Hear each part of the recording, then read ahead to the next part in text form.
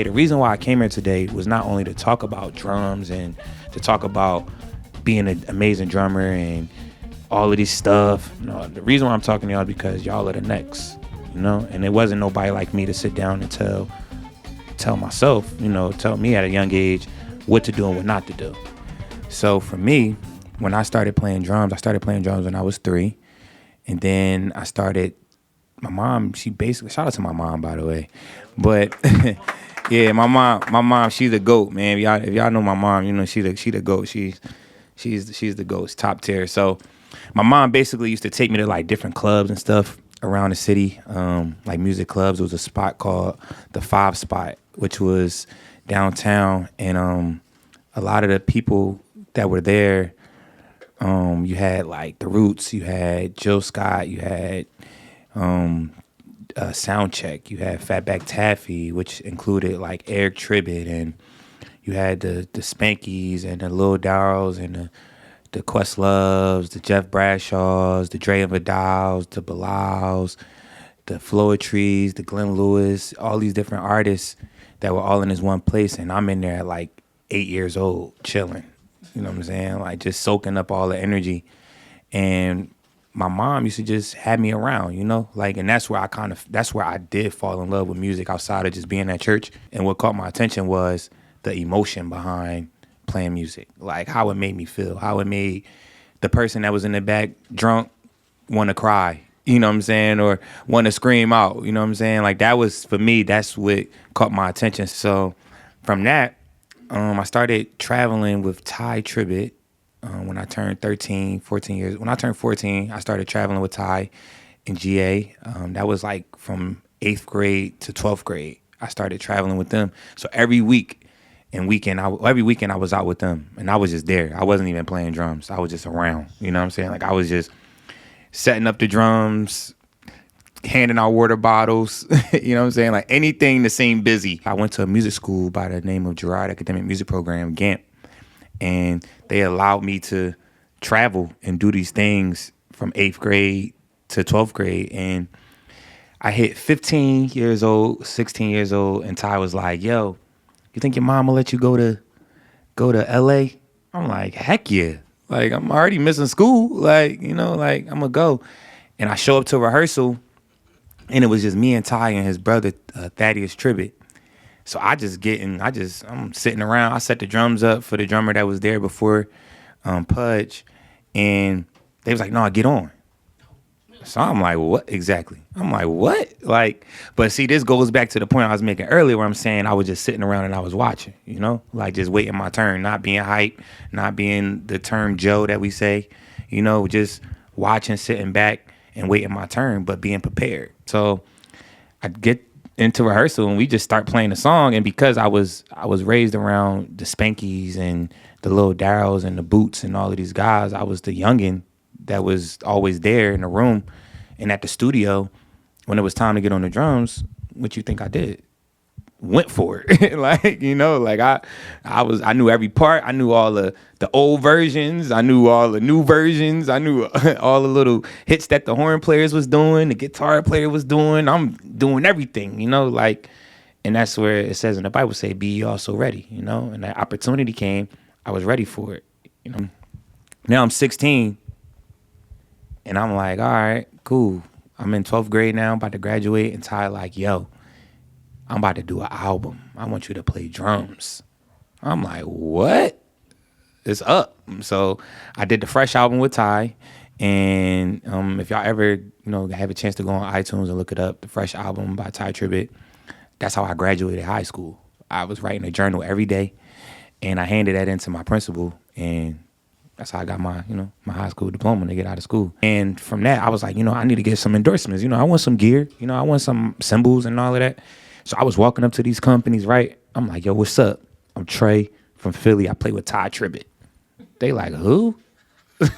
Right. So I'm like, Ty Tribbett, we killing churches. Like, we going crazy. Like, what you mean, who? Like, So I was salty, Philly thing. So I'm like, all right, so I humbled myself. The next year I went, I took 4 of my friends. I took my mom, my aunt, had a videographer. I brought all these T-shirts. and I put my name on the t-shirts, and I started a brand called On the One. And for like a whole year, so from that January to the following January, I started a video vlog. And basically, the vlog was called I'm With the Drummer. It's still on YouTube, so y'all can check it out. And on the vlog, I was basically just talking about being a young kid from North Philly, just trying to strive and be the best at, being a drummer. And showing like tours, showing the shows I was doing with Ty, showing all of this different stuff. So by the time I got to NAMM the next year, I had a whole squad with me. You know what I mean? So I'm walking up to these companies, and this time around, I'm not telling them who I was playing for. This time I'm like, yo, I'm Trey, and I'm On the One. You know what I'm saying? I was going and telling everybody that. Wasn't trying to ask for no endorsements, wasn't doing none of that. I'm passing out stickers, I'm passing out t-shirts, I'm passing out hats. I'm walking up to Sheila E., I'm walking up to Tommy Lee, I'm walking up to Travis Barker, I'm walking up to anybody you could think of that's at that high level. I think Dave Weckl, Chris Dave, like all of these different people. And I'm recording them, and I'm saying, say I'm with the drummer. Say you On the One, right? So I'm giving them a t-shirt, giving them this and that. The third year come around, what you think happened? Everybody was wearing my clothes. So now at this point, I'm walking up to these companies, and I'm like, yo, what's up? I'm trading. Oh, we know you. Look. You know what I'm saying? Like, look, I got the hat on. Look. You know what I mean? So that's when it hit me like, okay, I have to be a brand. This is how they're going to get me. This is how they're going to understand who I am. It's 50 million people at NAMM asking to get endorsements, saying that they drummers, saying that they play for this artist, saying that they doing this at their church. Like, you know what I'm saying? But for me, I woke up and I'm like, I'm Trey. I got this going on. I had a radio show. I had a YouTube channel at the time. Y'all probably wouldn't believe this, but 1,000 views on YouTube was smacking in 2011. And I started playing with an artist by the name of Jasmine Sullivan. And I started touring with her for a while. And then from Jasmine, it went to Meek Mills. And then from Meek Mills, it went to Future. And then from Future, it went to Gucci Mane. Then it went to the Migos. And then I was rocking with Zaytoven for a long time throughout that whole Atlanta wave that I was going in on. Me and Uzi grew up together. And at the time, we didn't know. We didn't know we grew up together. We low-key just found out like a couple months ago that we were like we had the same babysitter, which is crazy. But he was popping at the time, and, he from North Philly. So I made a YouTube clip of me playing Money Longer. That's what it's called? That song? Yeah. So I did that, and Future got a hold of it. And that's how I got the Future gig, So when I did the VMAs with Future, when I walked off stage, what you think the first thing he said to me was? No, yo, you my drummer. You know what I'm saying? Like, you like, yo, you my drummer. You know what I'm saying? But it's just you feel that energy of like, dang, bro, like you all right? And it ain't me up there. I can, this is cool, like the chopping and all that. It's the feeling, bro. It's that emotion. It's you so locked in, like you could stay at the same place for 20 minutes and you might hit a crash. You know what I'm saying? Like you might give me a little lick something. You know what I'm saying? Like on the toms or something. You might give me that, pause. But it's like, you know what I'm saying? But it's like it's that emotion and that feeling behind it that I know that I carry that on top of being a brand. I'm just putting myself out there, and I'm saying this to just show y'all how bigger it is to just sit behind your instrument and just play. Y'all still with me, right? All right, cool. And I started playing with Future, and I did the VMAs with Future, and I met Kanye, all these different things. Meek was talking to Nicki at the time, and it was just up. Like, I'm at this high, like, I'm like, yo, like, it's up for me, like, and I'm just living life, just like, at the top. And January 2017 comes around, and I go to NAMM. I come back from NAMM, and I do something like this at a school down the street from my church called Vaux. And I get shot, right? Crazy. Wow. Yeah, exactly. So I get shot in my back, right? Crazy. It's so crazy. Just wrong place, wrong time. Wrong. Yeah, nothing crazy. I'm not in nothing. I like to wear my little cool clothes and play drums, I woke up, right? And I was like, yo, if I can't move my legs, just take me. Like, I just want to go. Like, like, what am I going to do? Like, if I can't, there's no kick pedal, no hi-hat. At least let me keep the right. You know what I'm saying? Like, if the left dead, I could just hold it down. You know what I'm saying? I could figure something out, The day that I got shot, I told you I went to NAMM. I went and told that Vox. The same day, Future called me and asked me to do Coachella. Right? So I'm freaking out because I'm like, I'm not going to be able to play drums at Coachella. I'm not going to be able to do nothing. Da, da, da, da, da, da. And God was like, chill. I got out of the hospital. 3 weeks later, I'm on the Ellen Show with Future. Shout out to Omar Edwards and Adam Blackstone. They called me for a gig for an artist by the name of BB Rexa.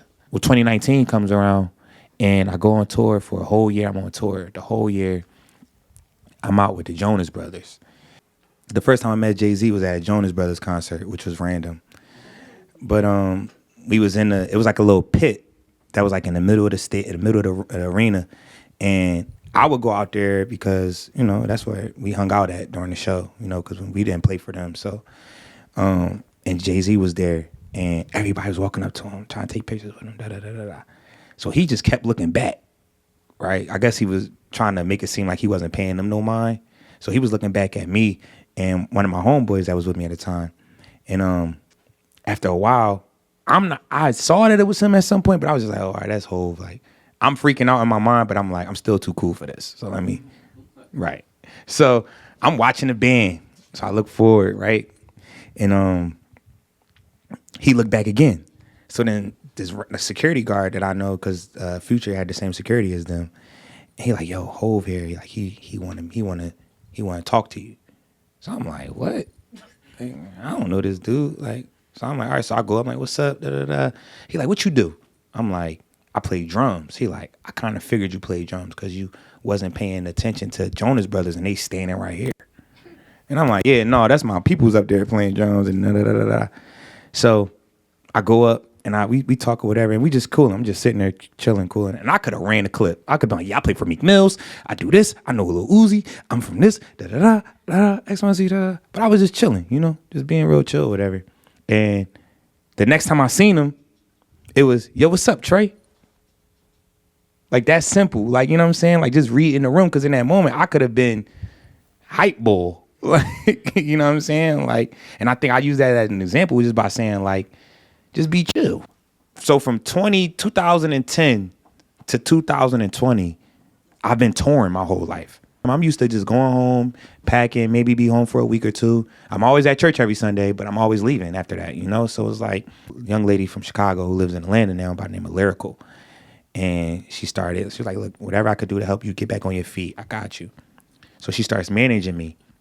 Yo, Lil Durk doing a show in Philly.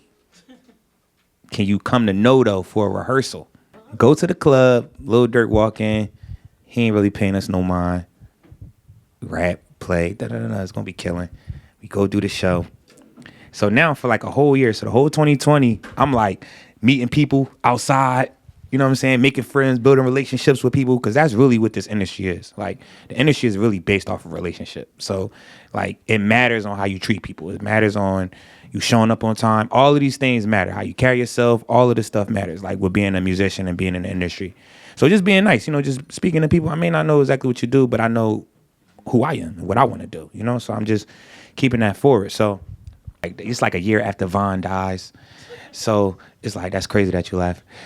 But that was nasty work. But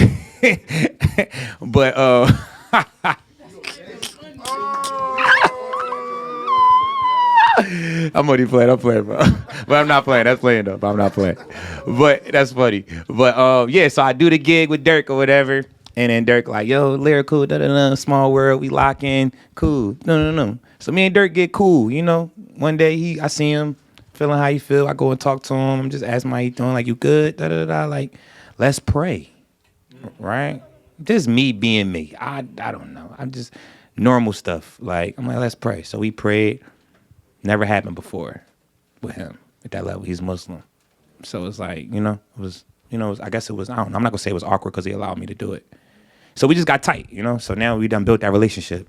I go out on the back outside tour with him and Lil Baby. I'm building relationships with everybody there. And then later on, you know, we do another tour, and then that's it. It stops. The tour stops. Like Dirk stops, all that stuff. When I get on them drums, bro, like that's my language.